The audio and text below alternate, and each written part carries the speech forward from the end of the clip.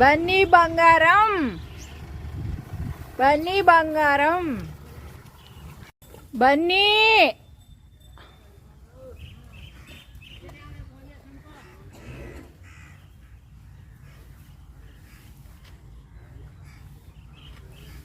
గిత్త బంగారం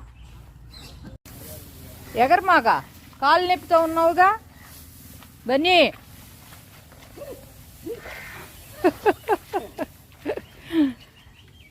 మా బన్నీ బాబు ఇంటికి పెద్ద కొడుకు. Very good. అట్లా గంతులు వేయాలమ్మా గిత్త అంటే.